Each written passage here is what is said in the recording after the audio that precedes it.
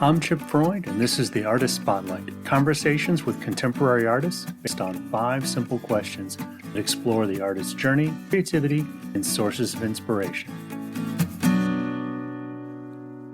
Welcome to another episode of the Artist Spotlight podcast. I'm Chip Freund, and today I'm joined by Tom McKeon. Tom is a fused glass artist with 30 years experience based in Cary, North Carolina. Tom, welcome to the show. Thank you, Chip. Nice to see you. So, Tom, to open us up here, why don't you tell us a little bit about a project, maybe something you just finished, something you're about to start, give the audience a sense of what you do.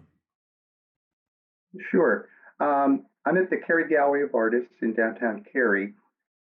I've been there for about 4 years now. And one of the nice things about being a member there is that for 1 month out of the year, you get to be a featured artist, which means that in addition to the space that you already have, you're given extra space in the gallery to showcase additional work that you might have, or even perhaps to try a new that you're sort of experimenting with and you want to see how it's going to go.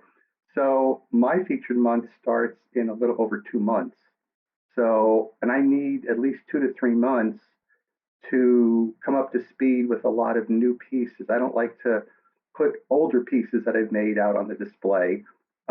So I'm right now in the process of trying to figure out, with the space that I have, what can I make that's different that I have on my display? What new technique might I want to try that maybe I've never done before, but it might be a good opportunity to try something. So I'm sort of deep into that right now. Right at this point, it's just really the design phase, trying to figure out what pieces I want to make. Do I have the glass that I need? Do I have to get anything in? And most likely by probably the end of next week is when I'll go into full actual making of all the pieces. All right. How many pieces do you think you might end up creating for the show? Well, right now I have about 8 pieces sort of worked out, both on the computer and in my head. What I would like to do is perhaps add a few other different types of work. One of the things that we're now encouraged to do is put other types of media out there that maybe we're not already juried in for. And, just to sort of give the artist a chance to expand a little bit and see, showcase other talents that they might have. So I'm also working on a few jewelry pieces. About 2 years ago, I took up pottery. So I have a few ceramic pieces that I'm working on. So I have to kind of figure out with the space that I have what it is I want to put up and what I want to hold back. Because hopefully some pieces will Yeah. sell and then I'll have open spaces and have to fill them in with additional ones. So I try to have more than I need just in case. Excellent. You said you were seeing whether you have the right glass available. Have you had any issues with supply chain? Not right now, because I actually bought up a lot of glass about 3 years ago. There are 2 main manufacturers of fusible glass, Bullseye and Spectrum. And about 4 years ago, both those companies were having serious internal problems, and they both had to shut down production. So there was sort of this frenzy to go around to different distributors and buy up as much glass as you could, because you didn't know if they were going to come back online or what. So I ordered very heavily from both companies back at that time. So fortunately, I've not had to replenish a lot, because I bought so much that I'm good for. I always say I'm good till Armageddon. Oh, excellent. Well, the heart of this show is our 5 questions. And with that in mind, we'll kick it off with the first one, which is, what is your earliest memory of making art of any kind? It's funny. When I thought about it, I remembered back to when I was in grade school, and I think like everybody else, you tried drawing and you tried coloring, and I was just never good at drawing. But I always kind of felt I wanted to do something with my hands. And it was a couple of years later, out of high school, out of college, for some reason I got very fascinated with miniatures, making small pieces out of wood. And I did that for a while. I bought the balsa wood and the basswood strips, cut them, glued them together, stained them. And that was nice because it made me have to think. It required a lot of detail. I mean, I didn't really do anything with it, but it was just sort of, I guess, the start of me realizing that I need to do something. I need to go beyond because the career I prepared for was Mm. IT. So that doesn't allow you a lot of artistic creativity. But if you have that desire inside you, I think you're always looking for something to express that outside of what you do every day. Yeah. All right. Well, I think there's probably another conversation for you and I have, having come out of the IT sector myself. Uh, so we'll save that for another day. The next question is, um, what brought you to your current medium? Fused glass. What was that journey like? What brought you there, and what do you like about the media? Well, I can remember exactly when I sort of discovered glass. It was back in the late 1980s. I was living in New Jersey at the time, and I remember going down to Cape May because every year in October, they used to have what was called Victorian Week. And all the bed and breakfasts down there would open up for tours. You could just go in and go around all these beautifully restored Victorian mansions and just see what these places were. Well, what I was taken with was just the variety of stained glass that was used in these places: lamps, window panels, transoms. A lot of people think of stained glass, they think of sun catchers. I did. But then I realized how much more there is to the world of glass and the making of glass pieces. And I just, something about it, the color, the design, it just really captured me. And as luck would have it, about 2 months later, I was driving through the town close to where I was living. A studio opened up and was offering beginner classes. So I just kind of said, this was meant to be. So I took beginner class there. I just loved it. Once I got over the fear of, the concept of breaking glass, I really took to it. And I took several classes through that same studio. And I actually did stained glass for about a good 25 years. And by that time, I'd moved down here and I was getting ready to set up a workspace here for myself to continue that. But I found that it just didn't have the same pull for me anymore. I felt like I had made every possible kind of glass piece I could think of. I mean, the biggest piece I ever made was a reproduction of a Frank Lloyd Wright Ooh. window that was about 1,000 pieces, and it hung at the big window up at the top of my hallway in New Jersey. And I actually brought the piece down with me. I haven't hung it anywhere yet, but I still have it. But it just seemed like that was like, where do you go from there when you made 1,000 piece window? Well, as it happened, there was a studio here in Durham that was offering classes in fusing, introduction to fusing. This was about 9, 10 years ago. So I took that class, and just like the stained glass did for me way back, it just lit a fire under me. I bought my first kiln and I started taking class after class after class. There's a studio out in Clemens, just beyond Winston-Salem, that's run by a glass artist.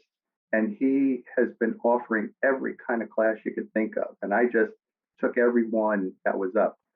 And that's how I got into it. I now have 2 additional kilns here at the house. And I haven't picked up a soldering iron in about 10 years. I have everything here. I could go back to doing stained glass if I wanted, but something about fusing has really just sort of sparked in me, and I love it. I don't see that ending anytime soon. Well, having seen a number of your pieces, I can see there's such variety and flexibility in the medium versus stained glass, which I can see you get to a certain Exactly. point of, okay, I've done abstracts, I've done realistic, I've done large pieces, I've done small pieces. What else? Exactly. I mean, and the thing is that the field itself, I find, is still expanding. I mean, there's so many manufacturers of different tools and supplies that you can incorporate into your fused glass that you couldn't have done 5 years ago. It just seems like the sky's the limit in terms of what you can make and new techniques that you can. I'm continually teaching myself new stuff. I look at videos on YouTube. I buy ebooks. I haven't taken a class in about 2 years because of COVID, but for a while there, I was taking 2, 3 classes a year of 3 and 4 day durations, which were very intensive. So I would love to get back to that, but as I said, I'm just having fun doing all the different things that I've learned over these last 9 years. Oh, great. One of the questions that I always like to dig into with each artist is what inspires your art? Where does it come from? Well, good question, because right now I am trying to come up with for my show at the end of May. Because I have done so many different techniques, what I try to do is make pieces that are just very unique, that you would not find in another gallery or at another craft show. I mean, I kind of bristle when I go to craft shows and I see nothing but cheese boards out there, or slumped bottles. People they slump it down and they stick a little knife on it and then they sell it for $50. I want to make items that are not normally seen anywhere else. And I like to have attention. I like to pay a lot of attention to the details that I add to the pieces.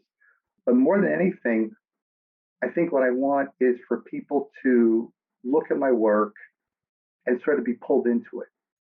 Try to figure out how did he do something like that? This is something that I really haven't seen before. Because I remember a teacher telling me one time, the more that you can pull somebody in and the more time that they spend looking at your piece, they connect with it. And the more they may want to have that piece for themselves because they know it is very different. So that's really probably what inspires me the most, is doing things that are different and even trying to top myself every time. I'm always trying to push myself to, actually do new things that I've never done before. And sometimes they work, sometimes they don't. Or I may make just one or two of something and realize, I don't really enjoy that. But I have to keep pushing myself because I want that uniqueness in my work. So thinking about some pieces you may have made recently, where did the particular idea come from? Was it around, I want to try this new technique, and it was about purely a technique driven idea, or something you may have seen that said, oh, I might be able to create something like that in glass? What did that genesis look like? Both, actually. See, a lot of people think of glass as just sheet glass. And, you buy the glass, you cut it up, and you assemble it. But there's a lot more to glass than just that. But glass comes in a lot of different forms. There's refined filaments of glass called stringers that you can use to accent a piece. There's also what they call frit, which is crushed glass. For all the pieces of glass that you can buy and all the variety of colors, the manufacturers also make crushed glass in 4 different grades, from coarse, which is maybe about the size of an eraser on a pencil, all the way down to powder, literally powdered glass. What I try to do is, because I have pretty much everything here that I need, all the stringers, all the frit, all the glass, in most every color that's out there. So I try to combine different things that maybe I've never done before. And I'll see pieces. Sometimes, I love going on Pinterest because people love to post things on Pinterest. And I'll look at something and I'll say, I can make something like that, but I would rather do it this way or that way. They say there's no stealing in art as long as you put your spin on it. Whether you take an idea and it generates something that's similar but has your mark on it. So that's really what I'm trying to do is get inspired by things they see, get inspired by the glass that I have here. I mean, sometimes I forget what colors I even have. If I get really stuck, I'll go to my big glass shelf and I'll just start flipping through the different sheets that I have, and I'll think, gee, these two pieces might go well together.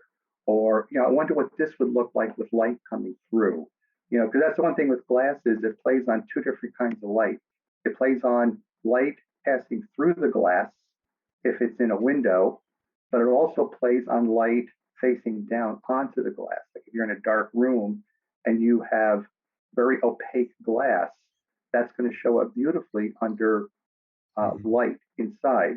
But something that would look beautiful in a window would not render well at all in a dark room. So I always try to play the two different types of glass off of each other. And I try to think, what would this look like in somebody's house in a window? What would this look like in a bookshelf? So a lot of that will determine what it is that I make also. Color is another big one. I tend to go toward the cool colors a lot, blues, greens, even monochrome. But I know there's, I think a lot of people like those colors, but I'm not sure. I don't feel entirely comfortable making stuff in the reds and the yellows and the oranges. Funny story is, I told you about the studio that I've taken classes with out there, and I've gotten to know the owner very, very well over the last number of years. And with the classes that you take, you actually make the pieces right there in the class. When it comes time to make this or that or whatever, you get to go up to his big glass rack and pull off whatever pieces you need for that particular technique that you're trying to learn. And of course, I always gravitate, or they noticed that I always gravitated to the cool colors. And one time I went there and I picked out some pinks and some reds, and I brought them back, and she did a double take. She said, "I can't believe you're moving out of your comfort zone." But even now, if you look at my display at the gallery, you'll probably see more blues and greens than you will reds and oranges. But I'm trying to get away from that. I'm trying to be a little less predictable in that sense. Interesting. I don't think I've taken note of the color bias. I'll have to look again. So maybe you've been doing a better job of balancing it. Well, that's what I try to do. But I try to balance the color. But I can guarantee you, even if I balance the color, what I have here at home, still a lot more blues than the warm colors. All right. All right.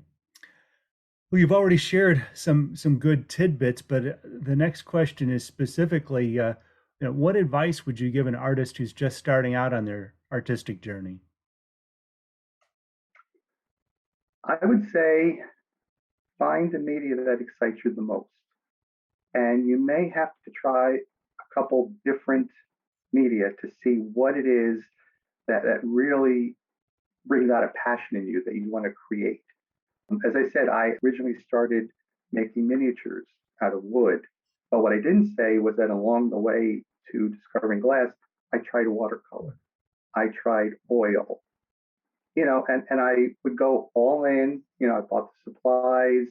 In some cases, I took a class or two just to get a start, and it just never quite clicked with me. It's very frustrating when you want to make something and you can't quite find what it is. And then, as I said, glass just happened to come along when I least expected it. What I would say is, find something, find somewhere to start, but don't hesitate to look for something else if it doesn't inspire you. And another thing I would say is don't give up. Anytime you learn a craft or an art, you're not going to be 100% successful with it at the start.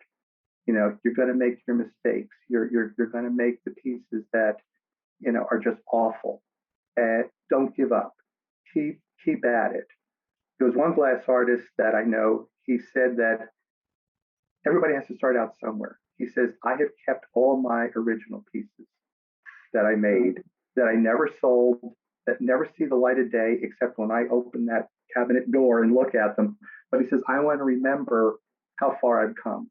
I want to see how have I improved? How have I improved? What do I still need to work on?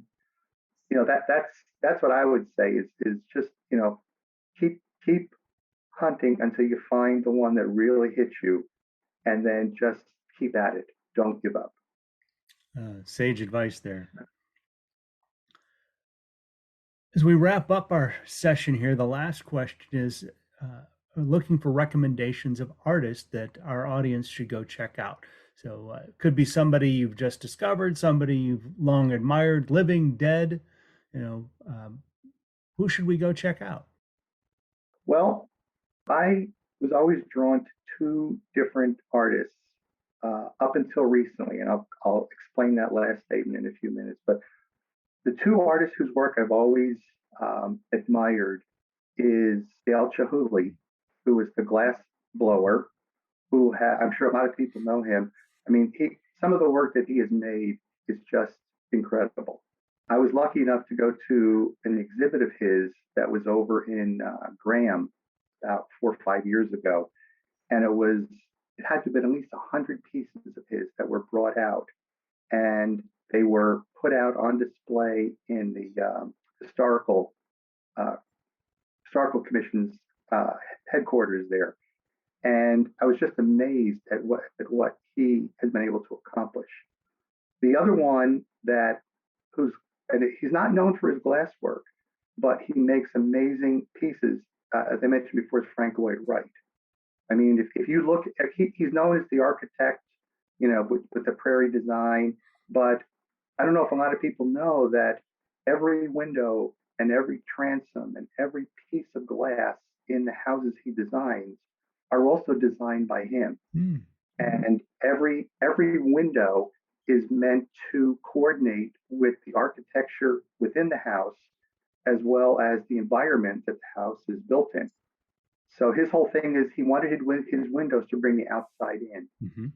And he was another one whose style and craftsmanship has just always fascinated me. In recent times, I discovered just a couple months ago, there was an artist in California by the name of Tim Carey, and he does a technique called painterly portraits. And what he does is he takes a photo. You can take a photo or a sketch or any visual representation, and what you do is you render it in splashes of color and light by using glass. His biggest project is something called the Resurrection Window, which is it's the largest stained and fused glass in the world. It's out at the United Methodist Church of the Resurrection in Leawood, Kansas. And if you can imagine this, it's 3,400 square feet in size. Wow. Yeah. I mean, something that big had never been attempted before.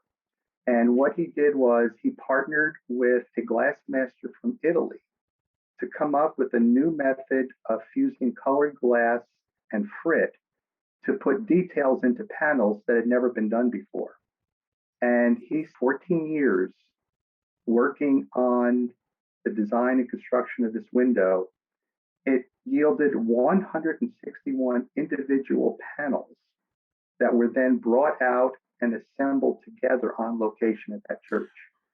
I mean, if you look, I've seen pictures of that window, and I'm in awe, and I just cannot imagine what it must look like in person. Especially when you get sun coming through, I think it would just be breathtaking.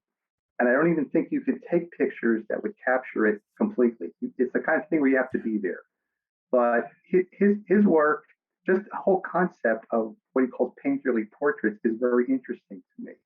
He has been going around and teaching some classes on that technique. And I've seen some of the work that the students who've taken those classes has produced.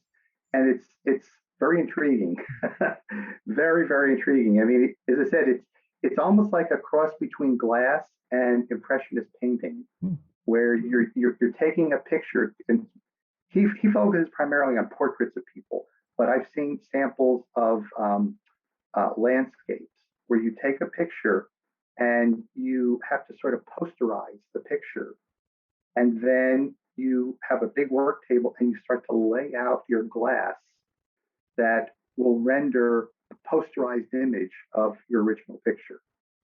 And then you could take little bits and pieces of glass and fill in here, fill in there, and then the whole thing goes into the kiln. And hopefully when it comes out, you've got something that is sort of an impressionist rendering of your original picture. But that's really the technique that he used in doing this resurrection window. Fascinating. I look forward to finding pictures of that window. And like in every episode, I'll have links in the show notes to all of the artists you've referenced. And if folks want to check out Tom's art, you can check out his website at encoreglassart.com and see it in person at the Cary Gallery of Artists in lovely downtown Cary, North Carolina. Tom, thanks for being on the show today. Really appreciated it. Thank you for having me. I don't get a lot of chance to talk about glass or my art, So this was a treat for me to be able to talk with you about it and hopefully share some of what I do and some of my thoughts with others who might be listening to this. Well, it's come through loud and clear, and it really has been a treat. Thank you so much. And to everybody else out there, thank you for listening, and tune in next time for our next Artist in the Spotlight.